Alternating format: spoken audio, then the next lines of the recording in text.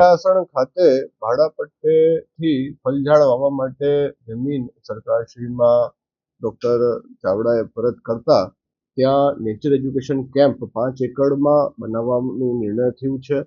એમાં અત્યારે 1200 જેટલા આંબા, ચીકુ, કોકોનટના ઝાડ આવેલા છે. ત્યાં 50 લાખના ખર્ચે શૌચાલય, બાઉન્ડ્રી વોલ, પીવાના પાણીની સુવિધાઓ અને શેડ વગેરે વિકસાવી ફોરેસ્ટ ખાતા થકી જે શહેરી ક્ષેત્રના બાળકો છે એમને પ્રાકૃતિક શિક્ષણ શિબિર ત્યાં યોજી શકાય એ માટેની પ્લાનિંગ થઈ ગઈ છે. અને આવતા શિયાળાથી ત્યાં પ્રાકૃતિક શિક્ષણ કેમ્પ ચાલુ કરી આ માણેક એટલે nature education camp, Maliyasan nature education કેમ્પને આપણે કાર્યરત કરશું. અને રાજકોટમાં એક અર્બન ફોરેસ્ટ તરીકે આ બગીચો જે છે એ વિકસાવવામાં આવી રહ્યું છે. એમાં પ્લાનિંગ થઈ ગઈ છે, ગ્રાન્ટની ફાળવણી થઈ ગઈ છે. એમાં ટેન્ડરિંગ કરીને વર્ક પૂરા થતાં 6 મહિના જેવું લાગશે.